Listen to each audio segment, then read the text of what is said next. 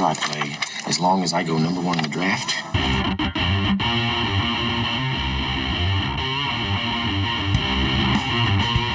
From the Erie Otters, Connor McDavid. From the London Knights, Mitch Marner. From the Western Hockey League's Brandon Wheat Kings, Nolan Patrick.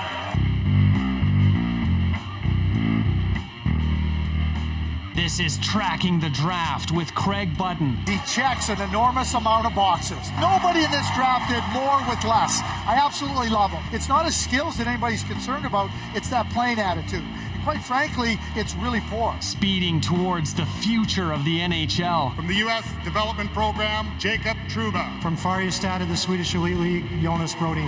From the Boston U Terriers, Brady Tkachuk. He could play in the NHL next year. He's one of those guys. Here's your host, Dean Millard.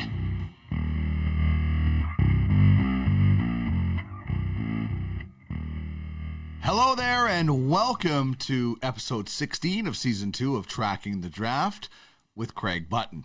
The director of scouting for TSN will be along shortly.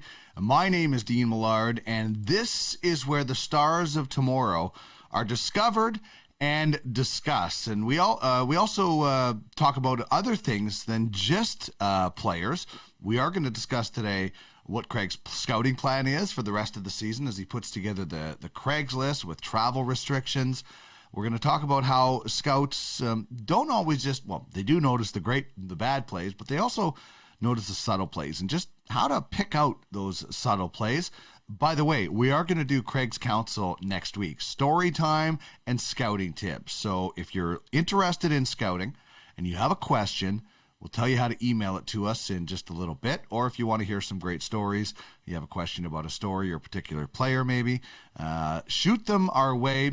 We will give you the email address in just a little bit, how to get in touch with us. Here are the three players that we are going to be discussing today. Logan Stankoven of the Kamloops Blazers, Cameron Whynot of the Halifax Mooseheads in the QMJHL, and we will be taking a look at Matt Coronado of the Chicago Steel, who might just be an absolute steal for pipeline prospects in the Ultimate Fantasy Hockey League, paying just $35 for a guy who has 30.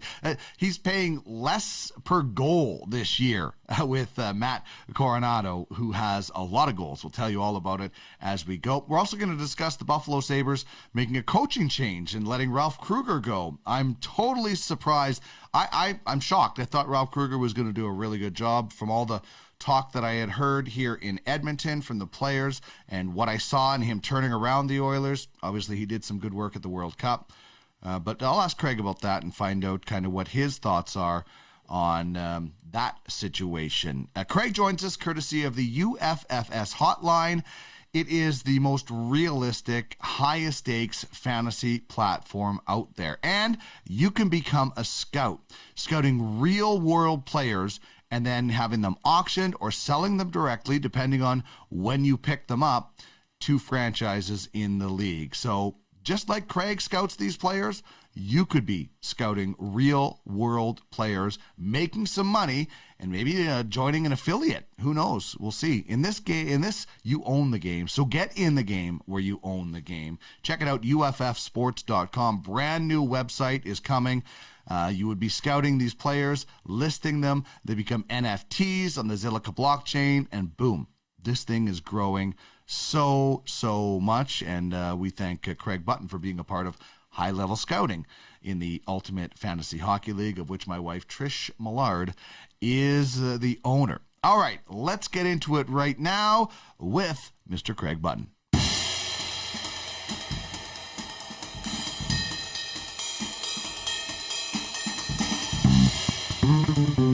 Here he is, the director of scouting for TSN, former GM of the Calgary Flames, and a Stanley Cup champion with the Dallas Stars.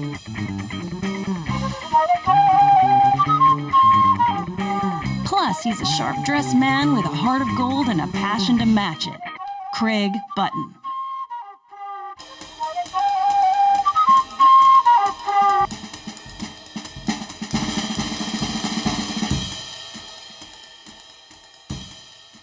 Well, Craig, as we get closer and closer to the end of the season, it brings us closer and closer to the draft. The trade deadline is very shortly. We'll see how many prospects are involved in that. But I want to ask you what kind of the plan is, for you and the other scouts that you've talked to in the last little while for the rest of the season. How do you go about putting together the Craigslist this year when you've, when the season has been so scattered? And are you planning on getting out and doing a lot of traveling, or you watch a lot of video this year?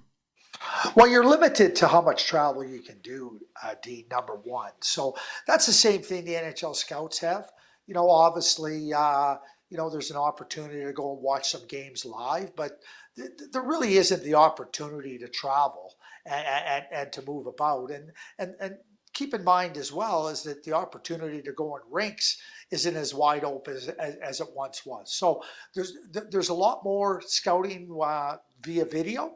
And the video feeds are really good, and you try to avail yourself as best as you can, and that's what I've been doing, and that's what you have to do, and I've been doing that over the course of the year, and just like the NHL scouts, you got to deal with the evaluation template you have in front of you, and that's how do you use video. When do you go to a rink? What benefits do you get by going to the rink? And you do get benefits, but you're not going to be able to do that as much. So the evaluation process is using what's at your disposal to the best of your abilities. That's what I'm going to do. And in the case of a number of players, I've had an opportunity to watch them live, from the time they were 15 and 16.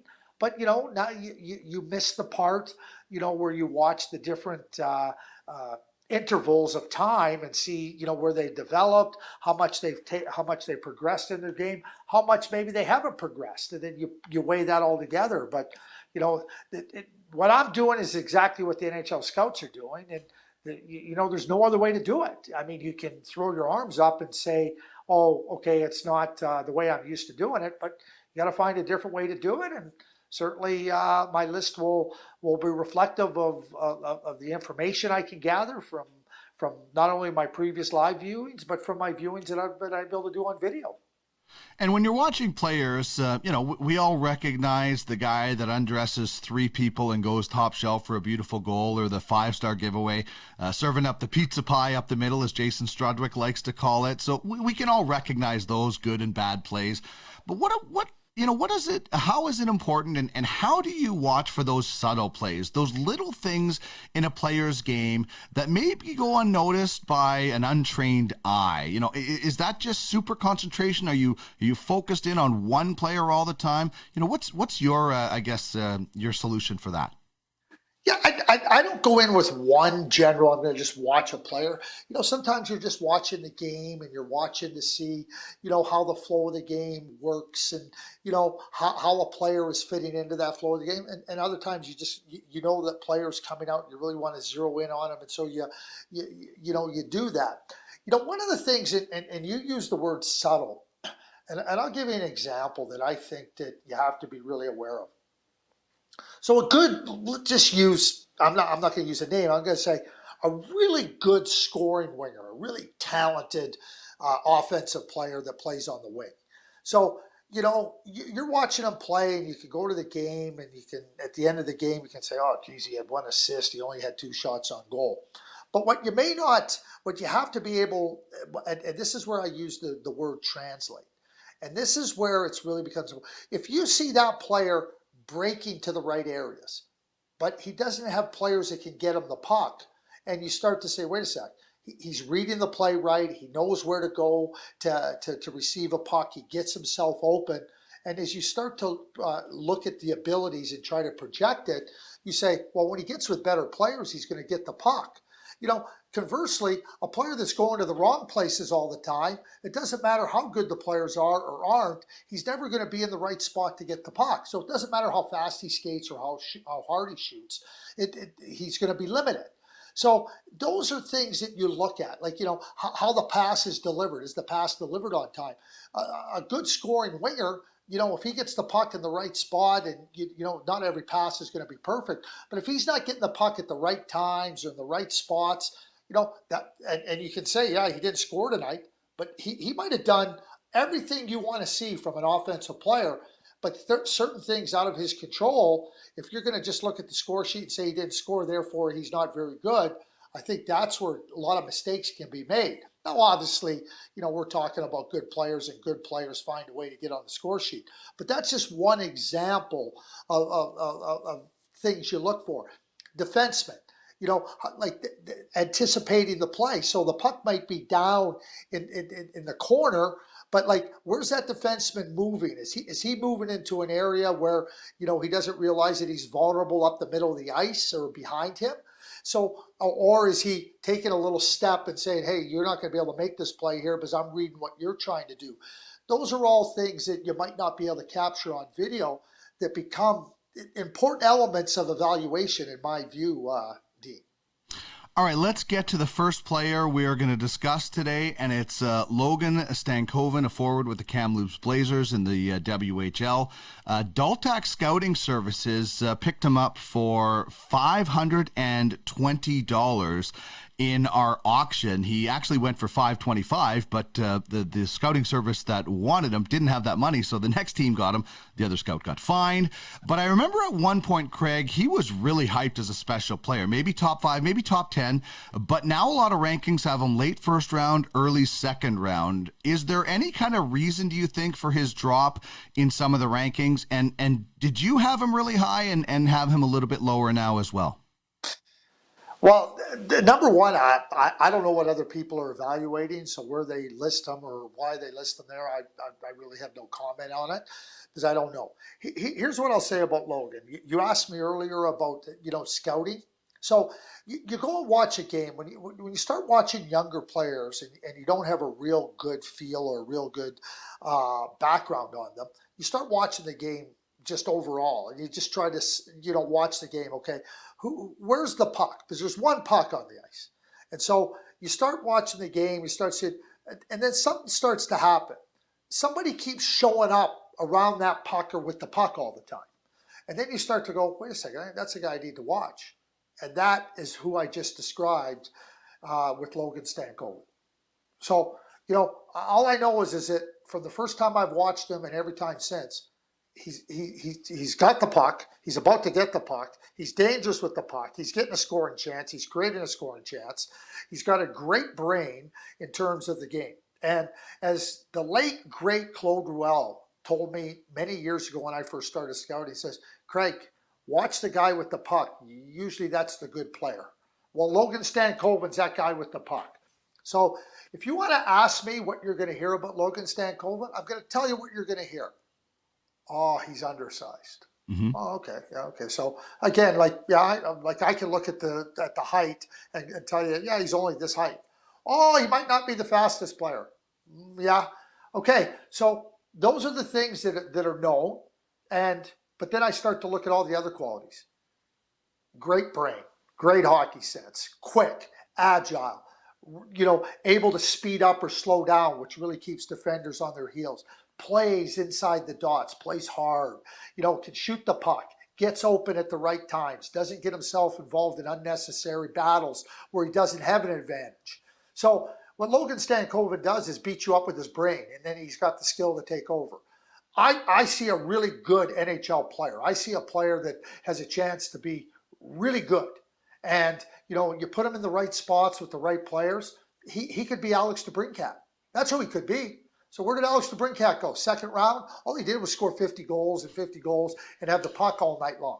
Well, that's Logan Stankoven. So I really don't, I don't know. I'm projecting players, and ultimately what I'm going to do is I'm going to make a list, and I'm going to project based on who I think has the ability to be the best in the NHL or contribute in certain areas. It's not straightforward.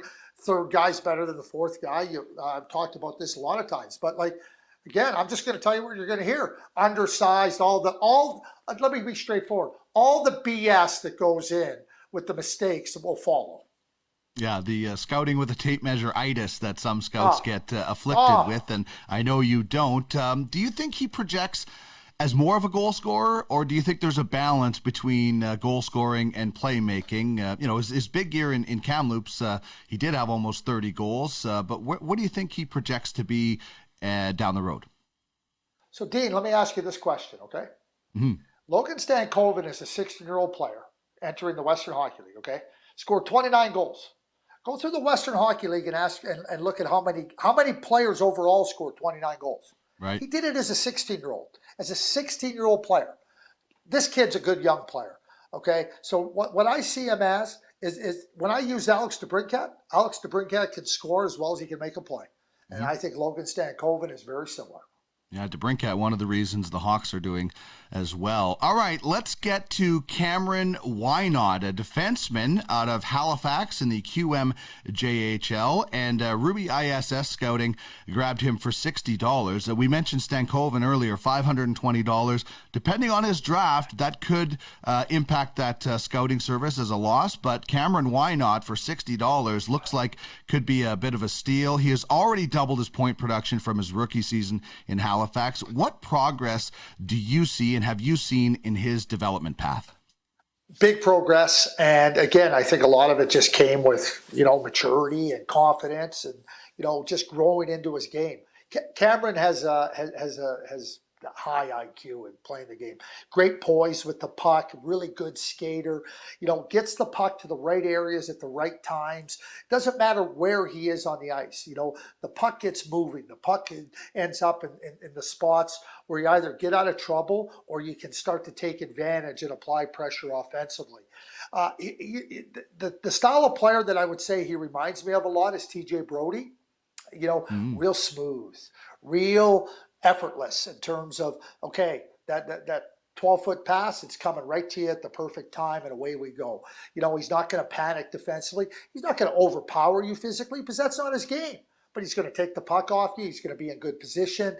He reads the play exceptionally well, both defensively and offensively and in transition. And, when you start with those elements of just really good, strong sense of the game, and how it's unfolding and what the situations require. And now you can contribute in multiple areas, and you got a poise and a calm to your game. And yet at the same time, when he has to make a play. A lot of players, defensemen, they make a play when they run themselves out of any other option. Cameron doesn't do that. Cameron knows what his options are, and he can put you in a position where he goes, okay, this is my best option, and I'm going to deliver it right here, right to you, right now. Had a decent amount of penalty minutes in his first season. Is he a fairly hard physical defenseman to play, or maybe at times was he just over-aggressive and has reined it in and picked his spots a little bit more?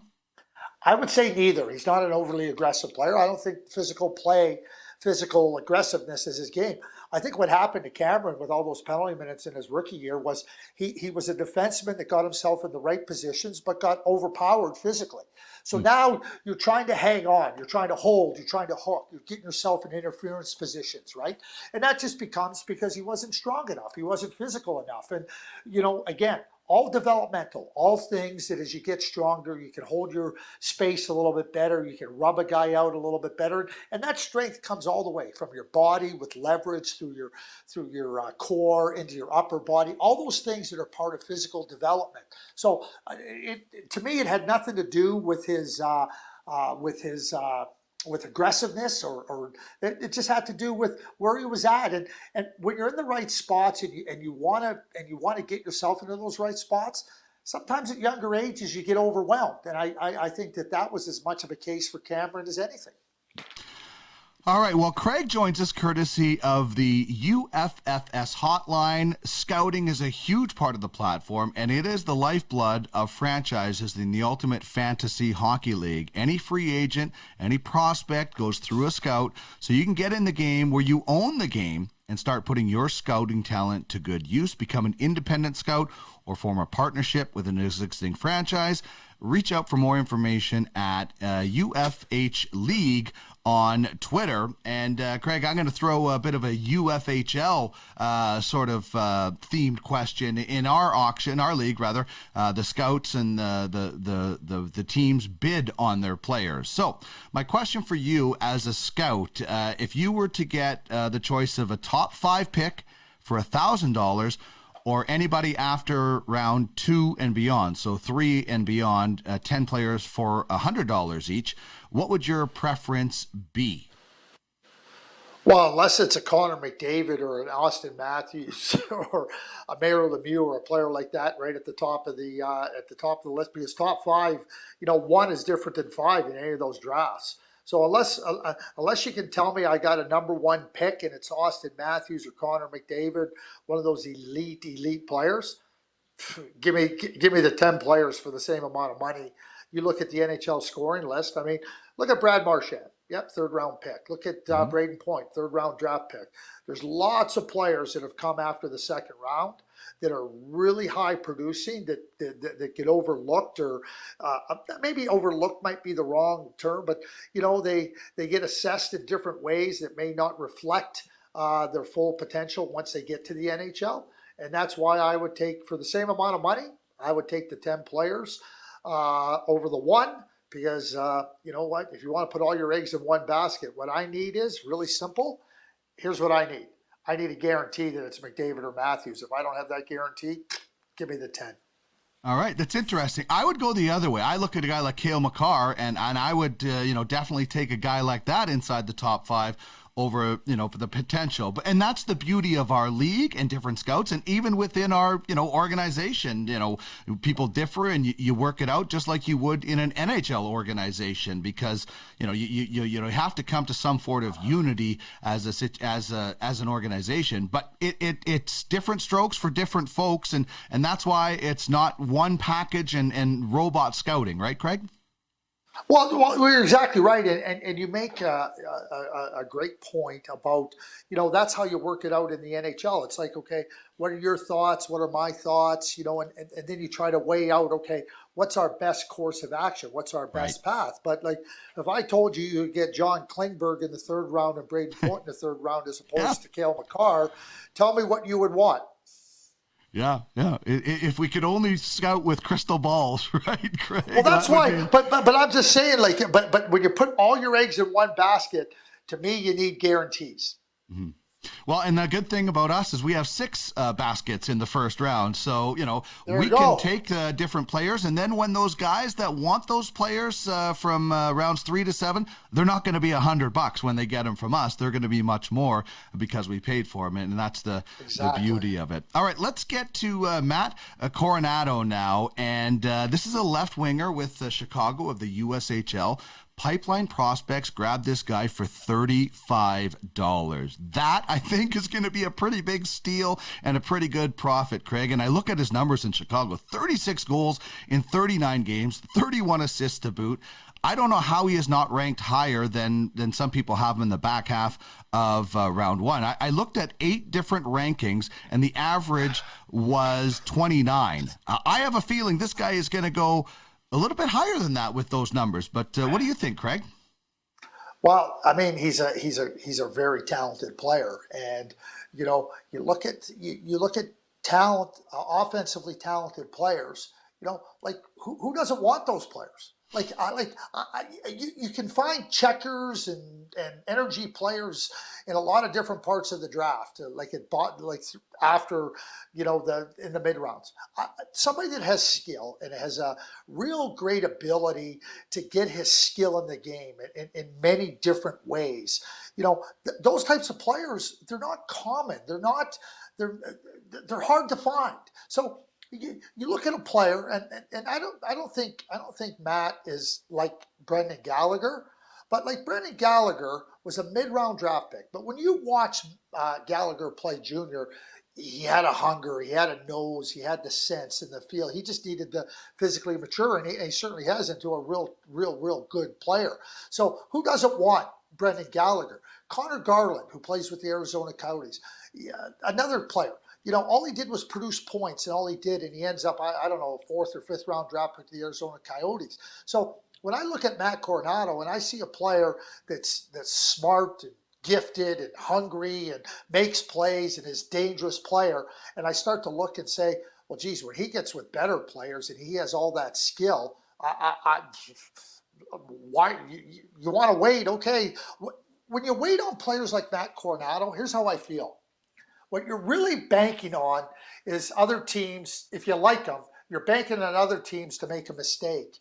And to me, that's the mistake. The mistake is just get skill. get a high-end player that can create offensive chances, that makes good on them. It's only going to get better.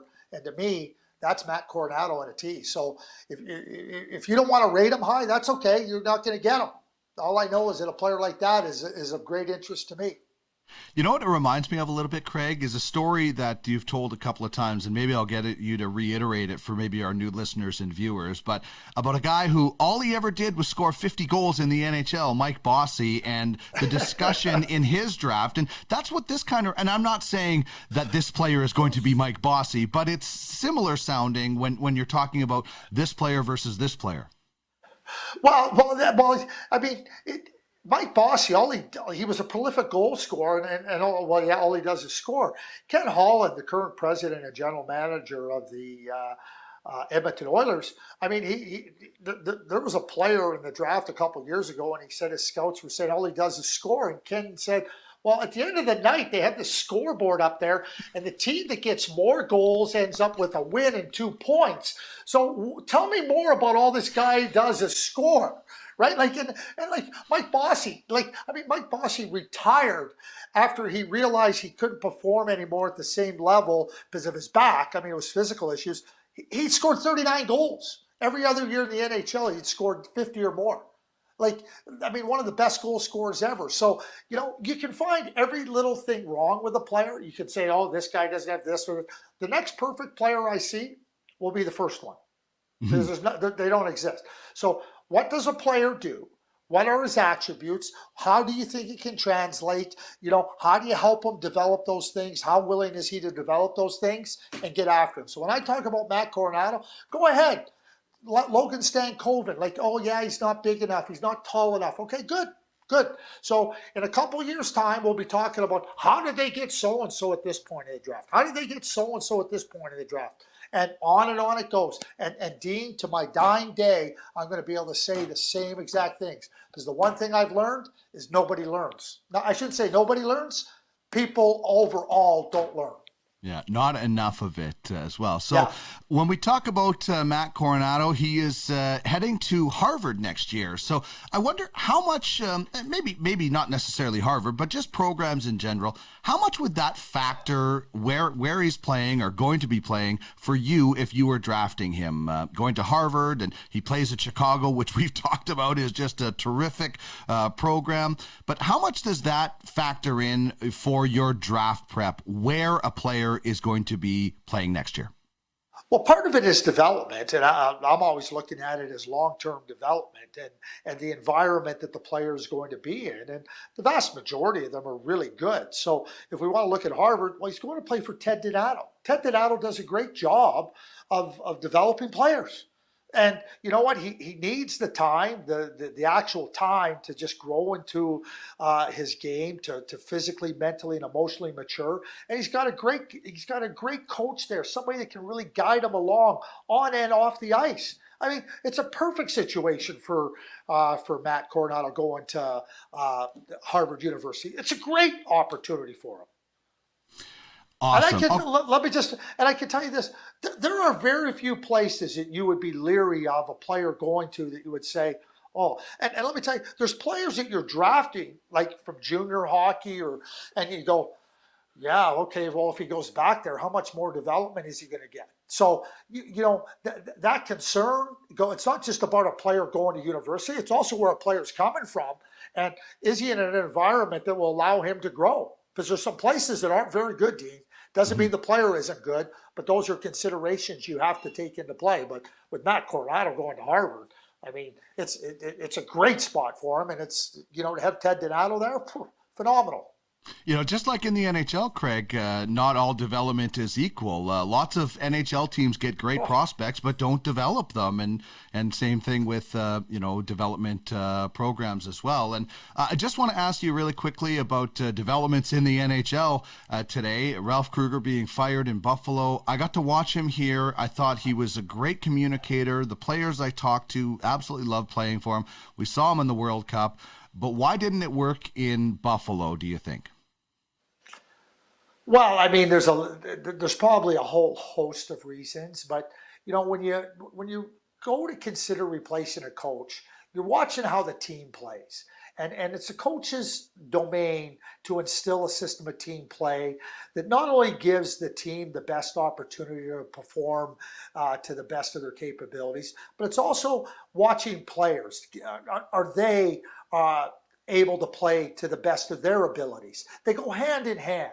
And, you can look at Buffalo. Are they a Stanley Cup contender? Are they a playoff team? No. But when you watch a team play and you see a real level of disjointedness, and there's not a lot of coordination in their play, and there's factors that you look at and you say, geez, you know what?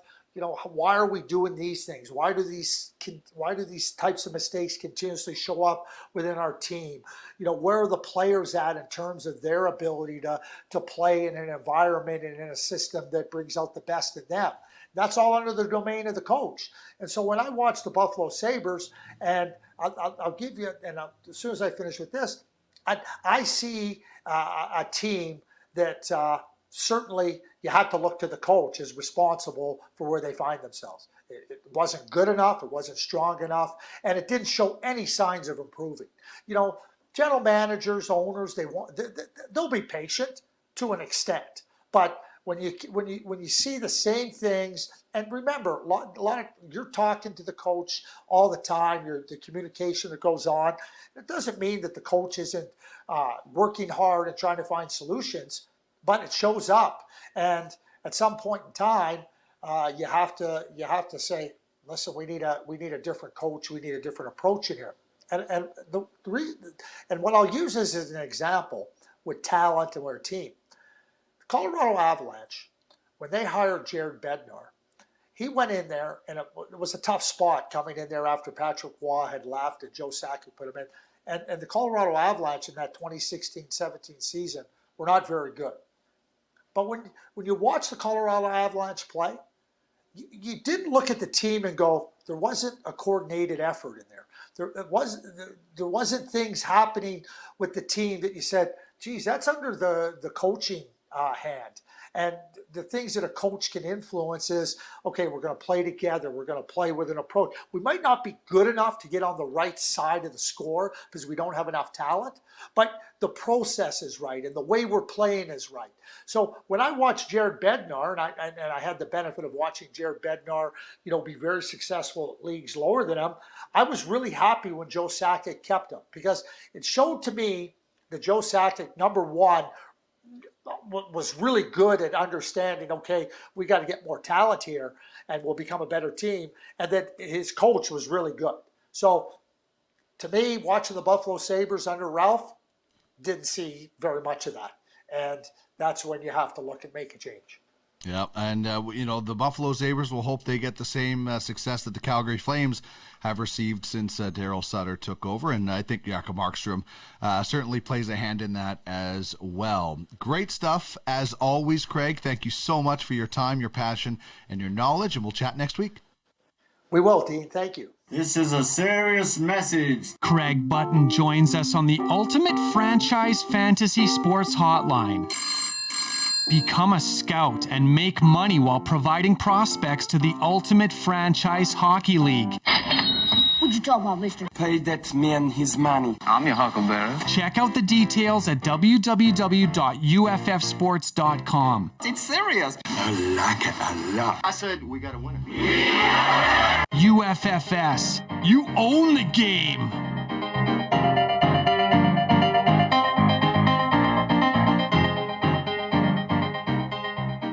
Always fun when I get to talk with Mr. Craig Button, the Director of Scouting for TSN and the President of Scouting for High Level Scouting. And you will get to pick Craig's brain next week. We're going to do Craig's Counsel, as I mentioned, off the top. So if there's a story about a particular player that was in an organization that Craig was with, or maybe he looked at in drafting or scouting, if you want some tips on different things specific, be as specific as possible about what you should be looking for with different players or things like that. Scouting tips and story time on Craig's Counsel next week. Here's how you get in touch with us. trackingthedraft@gmail.com.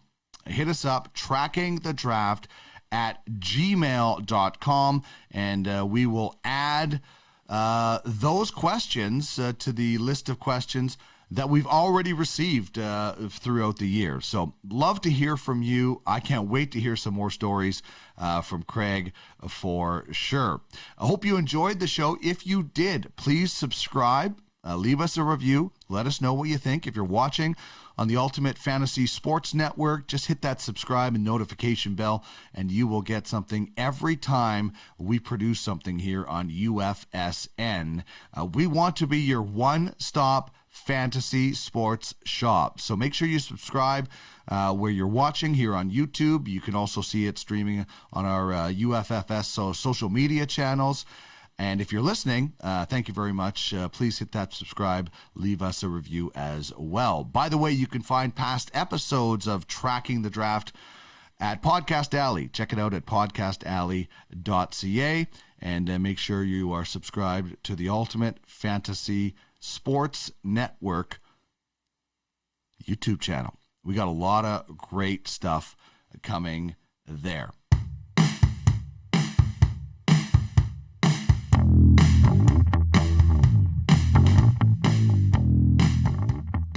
All right, that means it is time to wrap things up on the program.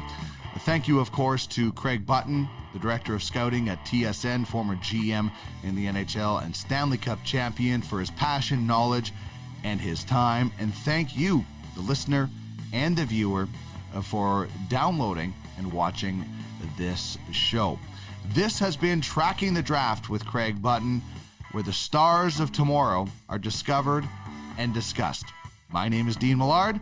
We will catch up with you again next week. Have a great week in scouting.